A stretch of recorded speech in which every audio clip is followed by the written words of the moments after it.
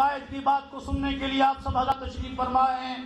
میں آپ حضرات سے درخواست کروں گا اپنی اپنے نشستوں پہ کھڑے ہو جا کر اپنے قائد کا استقبال کیجئے اور نعروں سے بھرپور جاندار انداز میں جواب دیجئے اور اپنے قائد کا استقبال کریں. نعرہ تکبیر، تاج و تخت ختم نبوت، شان رسالت، شان صحابہ، علماء حق، علماء دیوبند.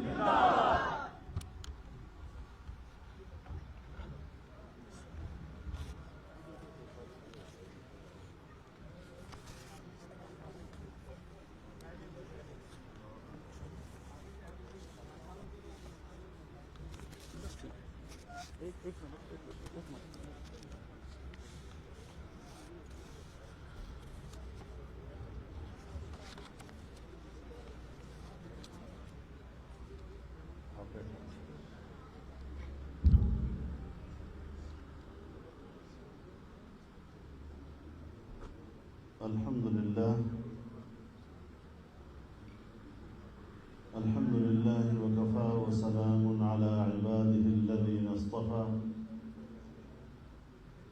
لا سيما على سيد الرسل وخاتم الأنبياء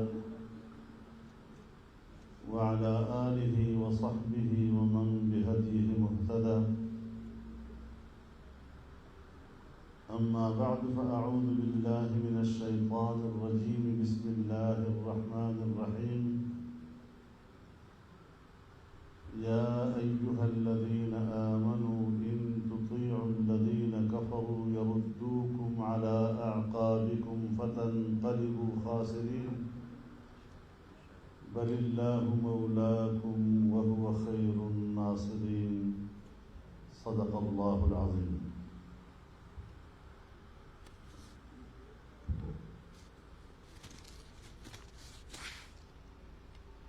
جناب صدر محترم،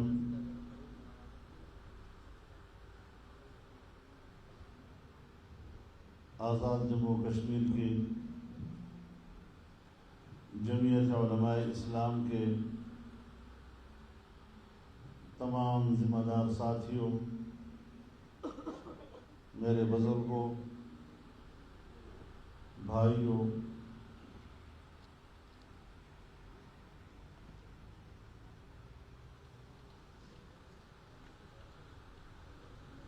آپ نے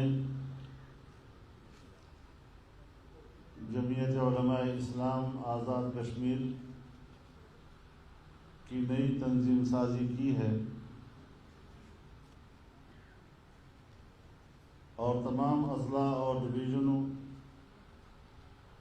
اور صوبے کے عہدیداران یہاں موجود ہیں.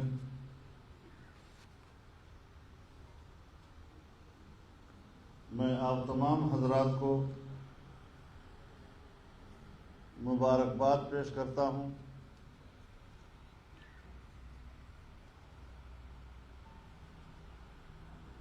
پاکستان کی جمعیت علماء اسلام نے کشمیر میں ہمیشہ یہاں کی جمعیت کو اپنا نمائندہ سمجھا ہے اور آج بھی مجھے یہی امید ہے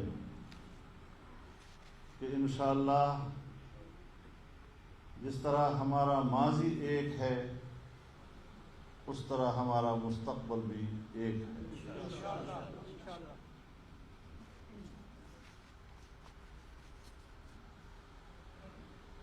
میرے محترم دوستو،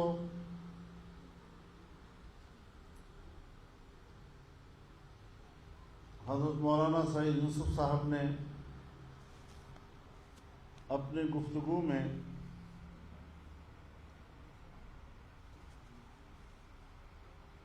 مودی سرکار کے مظالم کے خلاف پاکستان کے عمران خان سے شکوہ کیا کہ انہوں نے کوئی سفارتکاری کا فرض سر انجام نہیں دیا ہے. انہیں معلوم ہونا چاہیے کہ دنیا میں کچھ لوگ ایک کیٹیگری کے ہوتے ہیں. عالمی سطح پر ٹرمپ ہمارا عمران خان اور انڈیا کا مودی یہ ایک ہی کیٹیگری کے لوگ ہیں.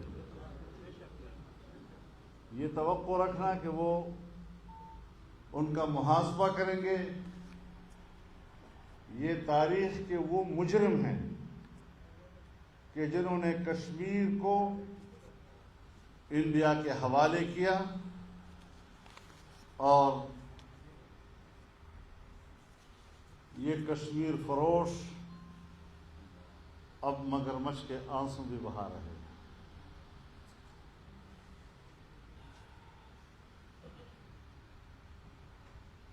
تو پھر آپ بتائیں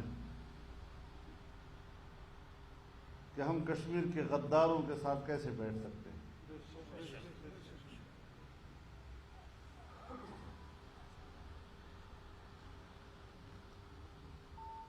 کشمیر پر ہمارا موقف ہمیشہ بڑا واضح رہا ہے.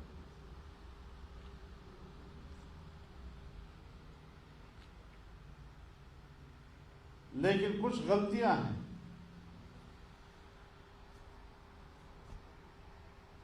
جو ریاستی سطح پر ہم سے ہوئی.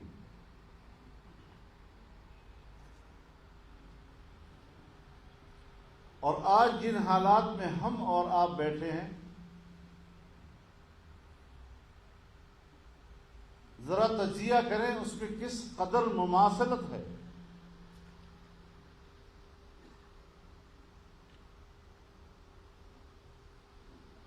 ہمارے ہاں فاٹا کو دستوری لحاظ سے ایک خصوصی حیثیت حاصل تھی، اس کا اپنا ایک اسپیشل اسٹیٹس تھا. انڈیا میں کشمیر کو ایک خصوصی حیثیت حاصل تھی اور ہندوستان کے آئین نے اس کو یہ خصوصی حیثیت اور اسپیشل اسٹیٹس دیا تھا.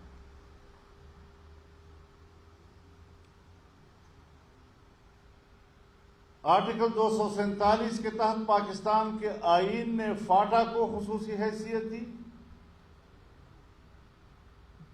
اور انڈین کانسٹیٹیوشن کے آرٹیکل 370 کے تحت ہندوستان کی یونین نے کشمیر کو ایک خصوصی حیثیت دی.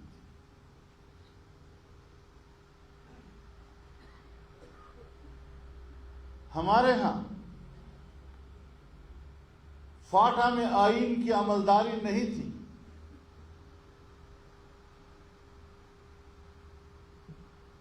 وہاں کشمیر میں انڈیا کے آئین کی عملداری نہیں تھی.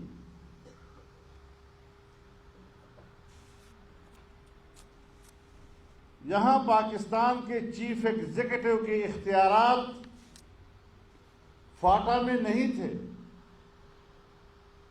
وہاں ہندوستان کے چیف ایگزیکٹو کے اختیارات کشمیر میں نہیں چلتے تھے.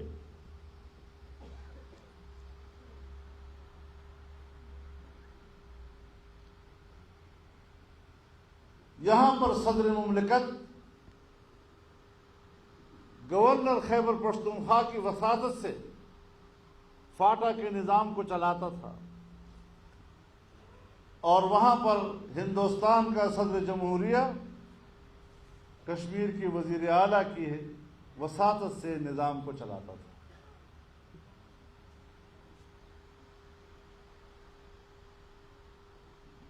تو یہ ہم نے کیا، وہ انہوں نے کیا.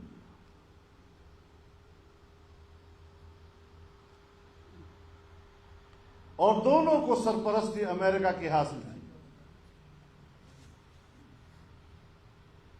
یہ بین الاقوامی 9/11 کے بعد بین الاقوامی قوتوں کے دنیا میں جغرافیائی تبدیلیوں کا نقطۂ آغاز ہے.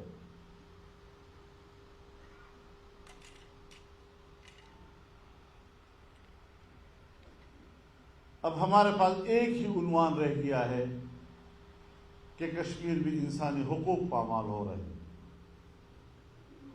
ہمیں اس پر بات کرنی چاہیے.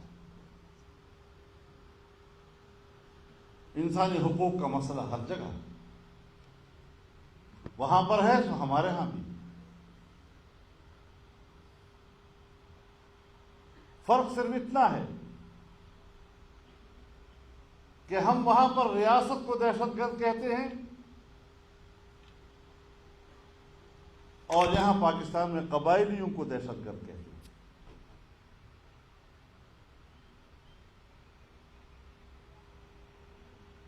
اس صورتحال میں انصاف کہاں تلاش کیا جائے، اپنا رونا کہاں رویا جائے، کس کے سامنے فریاد رکھی جائے،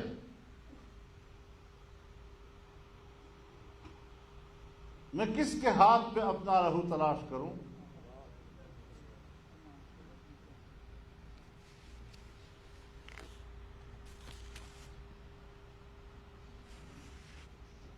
وہ کشمیری جو آنے والے مستقبل میں اپنی آزادی کا خواب دیکھ رہے تھے، آج ان کے آزادی کے خواب چکناچور ہو گئے۔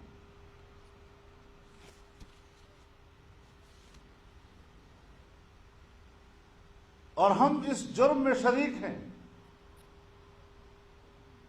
کہ ہم نے کشمیریوں کو مایوسیوں کی تاریکیوں کی طرف دھکیل دیا۔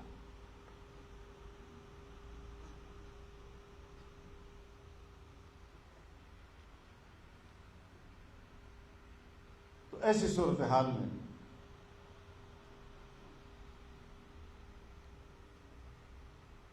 آپ نے بھی، ہم سب نے بھی اثر نو سوچنا ہے۔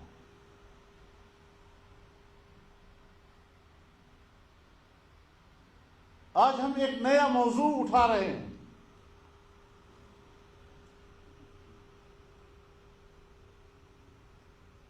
کہ گلگت بلتستان کو پاکستان کا 5واں صوبہ بنا دیا جائے۔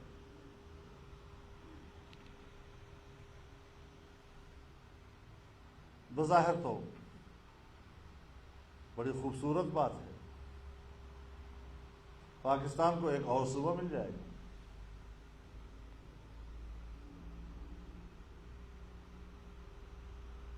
لیکن 72 سال سے کشمیر پر پاکستان کے اصولی موقف کا کیا بنے گا؟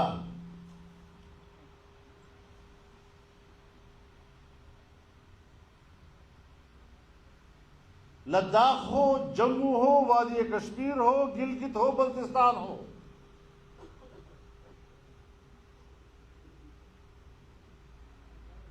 ہم نے اقوام متحدہ میں جو کشمیر کے نقشے داخل کیے ہیں،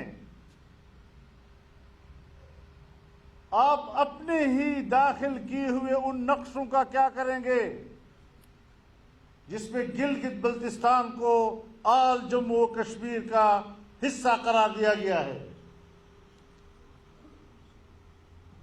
اور یہاں آپ کے آزاد کشمیر کے ہائی کورٹ نے فیصلہ کیا تھا کہ گلگت بلتستان آزاد جموں و کشمیر کا حصہ ہے، جس کے خلاف اپیل ہوئی آپ ہی کی سپریم کورٹ میں، اور سپریم کورٹ نے کہا نہیں، یہ آل جموں و کشمیر کا حصہ ہے۔ اس سارے پس منظر کو سامنے رکھتے ہوئے اگر ہم اس طرح کی کوئی قدم اٹھانے کو جا رہے ہیں تو پھر ہندوستان اور پاکستان کے موقف میں فرق کیا ہوگا؟ یہ تو ہندوستان کہتا ہے کہ کشمیر ہمارا اٹوٹ انگ ہے، ہمارا انٹیگرل پارٹ ہے۔ پاکستان کہتا ہے کہ نہیں، یہ متنازع علاقہ ہے، ڈسپیوٹڈ ٹیریٹری ہے، اور اس کا فیصلہ کشمیریوں نے کرنا ہے۔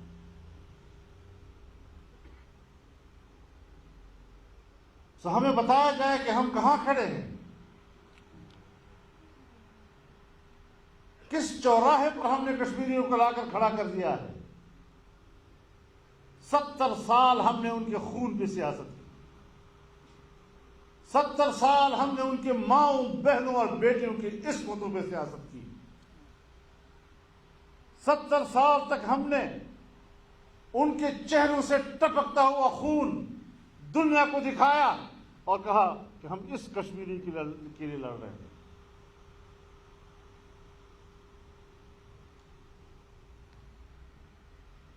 اب ان حالات میں حقائق بیان کرنا بھی جرم ہے.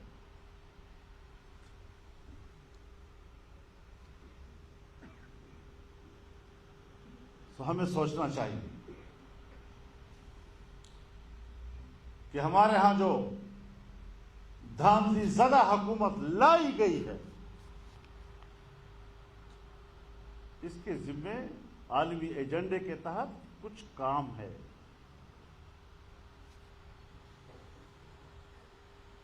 وہی اسے پورا کرنا ہے.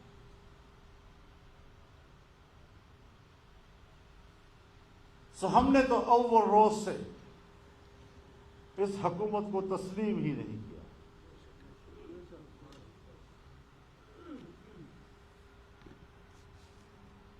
یہ دھاندلی کی پیداوار حکومت،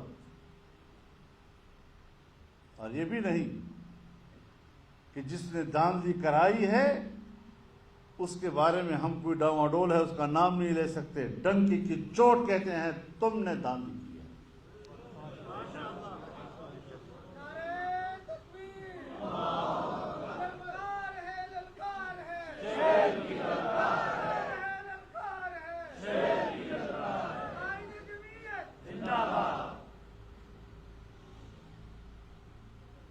ہم واضح طور پر اپنا موقف رکھتے ہیں.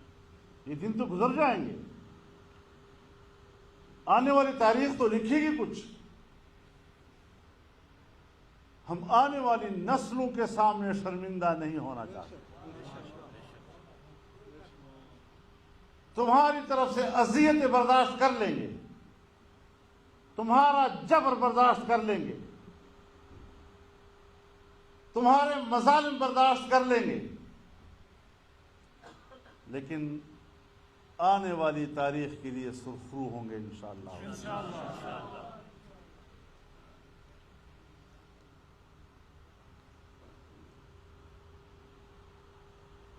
میرے محترم دوستو،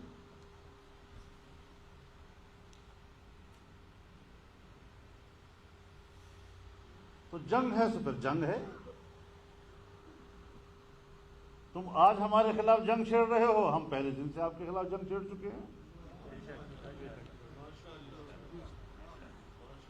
اگر آپ بھی جنگ کے میدان میں اترنے کے خواہش مند ہے، ست بسم اللہ.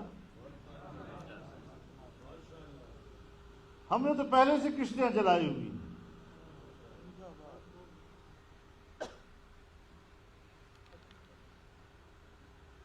علماء کرام آپ کو بتانا چاہتا ہوں، قیامت کے روز جب اٹھو، کم از کم اپنے اکابرین کے سامنے شرمندہ ہو کر نہ اٹھا کرو.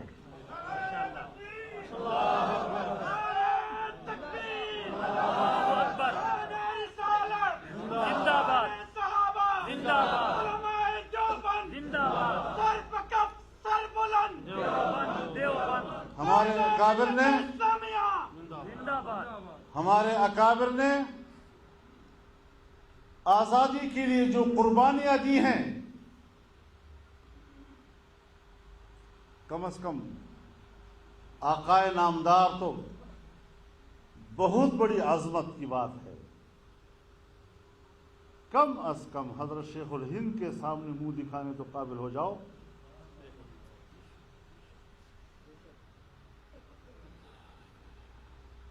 اس لیے خوف کو قریب نہیں لانا.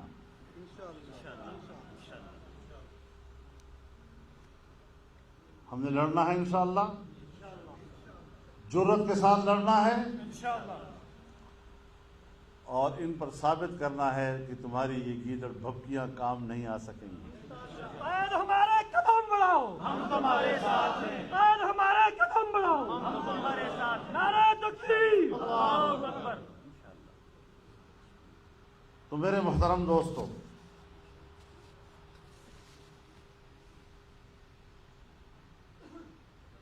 آج آپ دیکھ رہے ہیں ہمارے پاکستان میں گڈ گورننس کا تو نام و نشان بھی نہیں رہا. افراتفری کا عالم ہے. کوئی نظم و ضبط نہیں،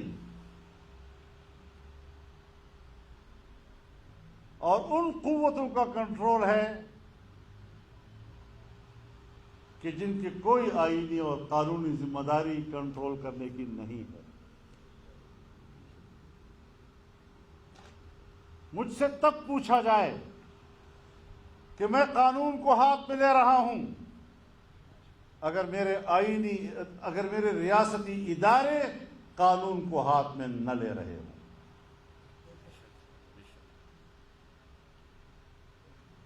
وہ آئین کو معطل کرتے ہیں، ان کے ہاتھوں آئین مفلوج ہو جاتا ہے،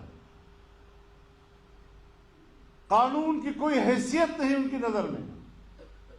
ایک آمر کی طرح جو اپنے ذہن میں آیا وہی قانون، جو کیا وہی قانون، جو بولا وہی قانون۔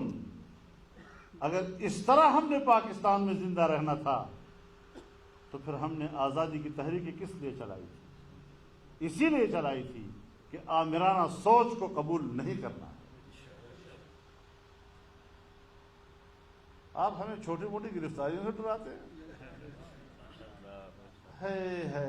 آپ نے ہمیں پہچانا ہی نہیں ہے۔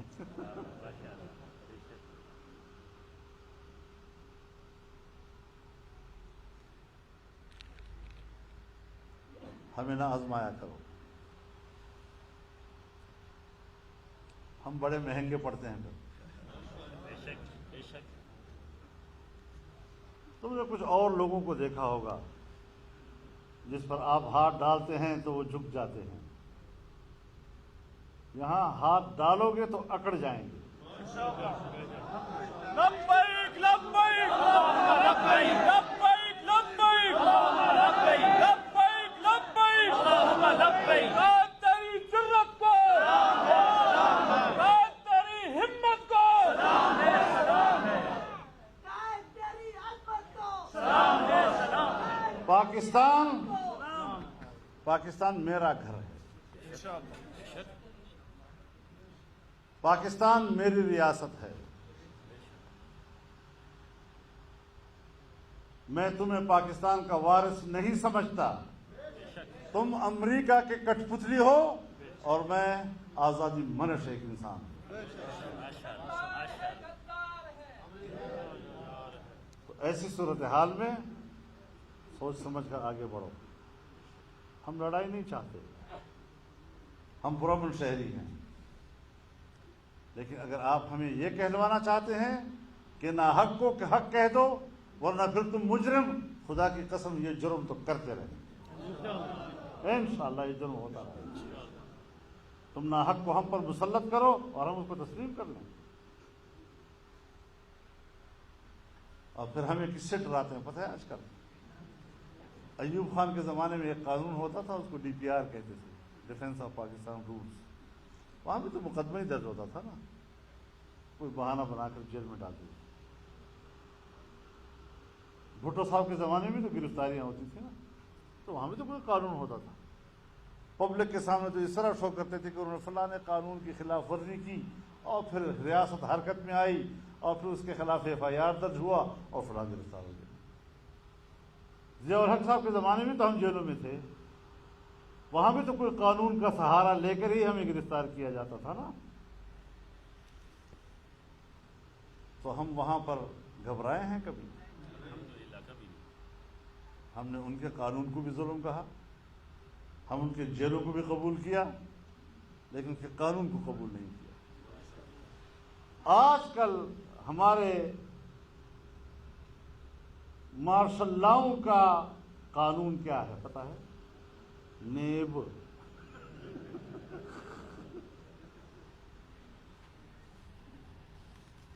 تو جس طرح ہم نے اس زمانے میں جبر کے قانون کو تسلیم نہیں کیا، ہم نے آج بھی تمہارے نیب کو تسلیم نہیں کیا۔ اور یہ کوئی پہلی سیریز نہیں ہے۔ یہ جو سفید ریش بیٹھے ہوئے ہیں، ان کو یاد ہوگا 1994-95 میں میرے خلاف ایک سیریز نہیں چلی تھی۔ کہاں گئے وہ جائیدادیں میری؟ میں اگر مطالبہ کروں کہ وہ جائیدادیں تو مجھے دے دو جو اپنے اس زمانے میں میرے پیچھے لکھی تھی، اور آج بھی میں چھوڑوں گا نہیں۔ ان کو توڑ تک پہنچاؤں گا، گھر تک پہنچاؤں گا۔ للکار ہے، للکار ہے، نعرہ تکبیر، سر بکف سر بلند۔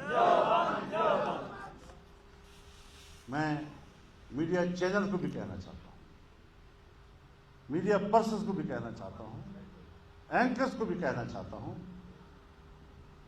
کہ اس گدلے پانی میں ہاتھ نہ ڈالو، اپنا منہ گندا کرو۔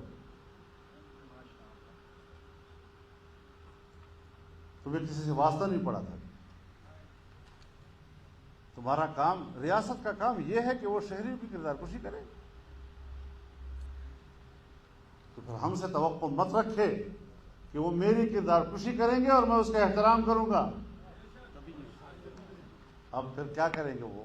پھر اسمبلی سے قانون پاس کریں گے، ہماری بے احترامی کرنا، اس کا اتنی سزا ہوگی اور اتنی سزا ہوگی۔ تم قابل احترام ہوتے اس کردار سے تو تم قانون سازی کراتے؟ جب پہلے لوگ آپ کی احترام کرتے تھے اس وقت قانون موجود تھا۔ سیاستدانوں کو پکڑا جا رہا ہے، جیلوں میں ٹھوسا جا رہا ہے نیب کے وساطت سے۔ یہ شکر ہے کہ ہم نے اول دن سے مانا ہی نہیں۔ جب آئین پر نظر ثانی ہو رہی تھی میں چیخ رہا تھا اس کمیٹی میں کہ اس نیب کو ختم کرو، یہ مشرف کا ادارہ ہے، یہ ایک ڈکٹیٹر کا ادارہ ہے۔ ہماری نہیں مانی گئی۔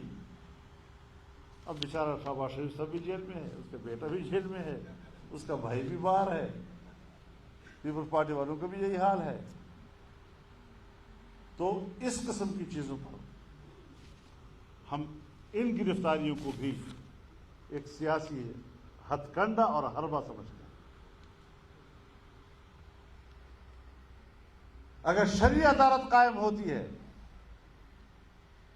تو پھر تو فوراً سوال اٹھتا ہے متوازی عدالتیں ملک میں قائم ہو گئی، لیکن جب نیب کا ادارہ بنے گا تو وہ متوازی عدالت نہیں ہے، جس کو تم نے صرف سیاستدانوں کی کردار کشی اور حزبی اختلاف کو دبانے کے لیے بنایا ہے، جس کا کام بھی یہی ہے۔ تو پھر اس سے ہم تو نہیں ڈریں گے انشاءاللہ، ہم تو ایک ایک کا حساب دیں گے اب انشاءاللہ۔ اس طرح نہیں ہے کہ ہم اس طرح ملک میں غلام بن کر رہ رہے ہیں۔ ہم نے جس گھاٹ سے پانی پیا ہے وہ غلامی کو قبول نہیں کر سکتے۔ میں ریاست میں ایک آزاد شہری کی حیثیت سے اور محترم کی حیثیت سے زندہ رہنا چاہتا ہوں، اور بخدا بڑے بڑے عہدوں پر فائز لوگ، بڑے بڑے رینکوں والوں سے بھی اپنے آپ کو محترم سمجھتا ہوں۔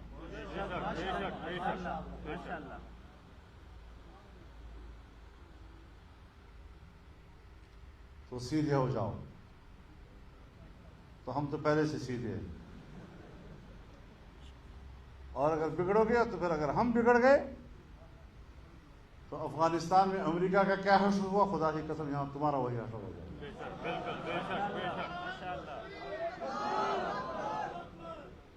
انہوں نے تو بندوق سے جنگ لڑی نا، تو ہم تو بندوق سے بھی جنگ نہیں لڑیں گے، ہم تو ایسے ہی تمہیں میدان میں گھسیٹتے چلے جائیں گے۔